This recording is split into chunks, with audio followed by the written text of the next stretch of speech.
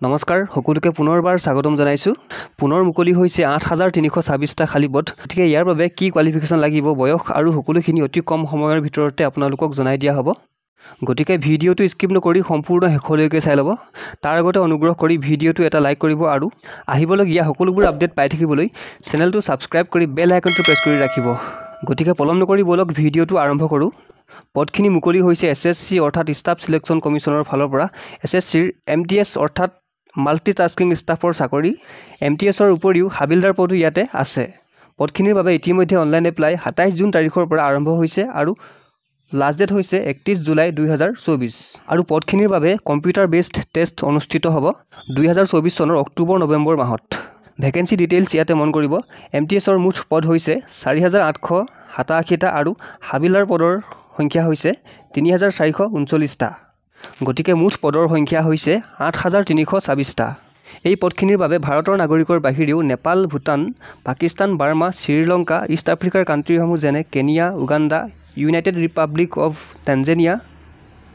Malawi Zaire Ethiopia আৰু ভিয়েটনামৰ পৰা প্ৰব্ৰজন হোৱা নাগৰিকসকলেও এপ্লাই কৰিব পাৰিব যিসকল ভাৰতত পাৰ্মানেন্টলি বাস কৰে বয়সৰ ফালে চাবলৈ গলে 18 ৰ পৰা 27 বছৰ বয়সলৈকে কেণ্ডিডেট সকলে এপ্লাই কৰিব পাৰিব কিন্তু ইয়াতে বয়সৰ উচ্চ সীমাৰ ৰেহাই দিয়া হৈছে যেনে এসসি এসটি সকলে 5 বছৰ বয়সৰ উচ্চ সীমাৰ ৰেহাই পাব ওবিসি সকলে 3 বছৰ পাব পিডব্লিউবিডি যিসকল আনৰিজাৰ্ভ তেওঁলোকে 10 বছৰ বয়সৰ উচ্চ সীমাৰ ৰেহাই পাব পিডব্লিউবিডি যিসকল ওবিসি তেওঁলোকে 13 বছৰ পাব পিডব্লিউবিডি যিসকল এসসি এসটি তেওঁলোকে 15 বছৰ পাব এক্স সাৰ্ভিসমেন সকলে 3 বছৰ পাব ডিফেন্স পাৰ্সনেল যিসকল ডিউটিৰ সময়ত ডিজেবল হৈছে তেওঁলোকে 3 পৰা 8 বছৰ বয়সলৈকে ৰেহাই পাব সেন্ট্ৰেল গভৰ্ণমেন্ট সিভিলিয়ান এমপ্লয়ি সকলে 40 ৰ পৰা 45 বছৰ বয়সলৈকে এপ্লাই কৰিব পাৰিব তাৰ উপৰি বিধৱা মহিলা ডিভোৰ্চোৱা মহিলা আৰু যিসকলে পুনৰ বিয়া নাপাতিলে তেওঁলোকে 35 ৰ পৰা 40 বছৰ বয়সলৈকে এপ্লাই কৰিব পাৰিব এডুকেশনাল কোৱালিফিকেশন মন কৰিব মাত্ৰ মেট্ৰিক পাছ কৰা সকলো কেণ্ডিডেটে ইয়াৰ বাবে এপ্লাই কৰিব পাৰিব যিটো অতি সুন্দৰ কথা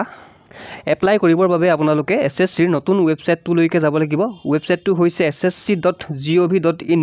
লিংক এই ভিডিওটোৰ ডেসক্ৰিপচনত দিয়া আছে আপোনালোকে অতি সহজতে লিংকটোত ক্লিক কৰি ৱেবছাইটটোত ভিজিট কৰিব পাৰিব এপ্লিকেশন ফিস সকলো কেণ্ডিডেটে এপ্লাই কৰাৰ সময়ত 100 টকাকৈ ফিস পে কৰিব লাগিব কিন্তু ওমেন কেণ্ডিডেট লগতে এসসি এসটি আৰু পিডব্লিউবিডি লগতে এক্স সাৰ্ভিসমেন সকলে কোনো ধৰণৰ ফিস পে কৰিব নালাগে পদখিনিৰ বাবে ইয়াতে এক্সাম সেন্টাৰ সমূহ ৰিজন ওয়াইজ উল্লেখ কৰিছে যেনে নৰ্থ ইষ্ট ৰিজনৰ বাবে সেন্টাৰ সমূহ হৈছে ইটানগৰ ডিব্ৰুগড় গুৱাহাটী দিছপুৰ যোৰহাট শিলচৰ ইম্ফল চুৰাচান্দপুৰ উখৰুল শিলং আইজল ডিমাপুৰ কোহিমা আগৰতলা আৰু তেজপুৰ পদখিনিৰ বাবে কম্পিউটাৰ বেসড এক্সামৰ সিলেবাসটো হ'ব এনেকুৱা ধৰণৰ দুটা সেশনত এক্সামটো অনুষ্ঠিত হ'ব সেশন 1 আৰু সেশন 2 সেশন 1ত থাকিব নিউমেৰিকেল এণ্ড মেথমেটিক্যাল এবিলিটিৰ 20টা কুৱেশ্যনত 60 নম্বৰ থাকিব লগতে ৰিজনিং এবিলিটি আৰু প্ৰবলেম সলভিঙৰ 20টা কুৱেশ্যনত 60 নম্বৰ থাকিব মুঠ নম্বৰ থাকিব 120 আৰু সময় থাকিব সেশন 1ৰ বাবে সময় থাকিব 45 মিনিটস তেনেদৰে সেশন 2ত থাকিব জেনাৰেল এৱেৰনেছৰ 25টা কুৱেশ্যনত 75 মাৰ্ক আৰু ইংলিশ ল্যাঙ্গুয়েজ এণ্ড কম্প্ৰিহেনশনৰ 25টা কুৱেশ্যনত 75 মাৰ্ক থাকিব টোটাল মাৰ্ক হ'ব 150 আৰু সেশন 2ৰ বাবে সময় থাকিব 45 মিনিটস হাবিলদাৰ পদৰ বাবে বেলেগকৈ পিইটি আৰু পিএসটি হ'ব অৰ্থাৎ ফিজিক্যাল স্ট্যান্ডাৰ্ড টেষ্ট আৰু ফিজিক্যাল এফিচিয়েন্সি টেষ্ট অনুষ্ঠিত হ'ব ওয়াকিং হ'ব মেলৰ বাবে 1600 মিটাৰ 15 মিনিটত হ'ব আৰু ফিমেলৰ বাবে 1 কিলোমিটাৰ 20 মিনিটৰ বাবে হ'ব গতিকে এইখিনি আছিল আজিৰ ভিডিওটোত আপোনালোকক জনাবলগীয়া ভিডিওটো এটা লাইক কৰিব আৰু আপোনালোকৰ বন্ধু বান্ধৱীৰ সৈতে শেয়াৰ কৰি দিব আৰু কিবা জানিবলগীয়া থাকিলে কমেন্ট কৰিব গতিকে লগ পাম নেক্সট ভিডিওত এতিয়ালৈ ধন্যবাদ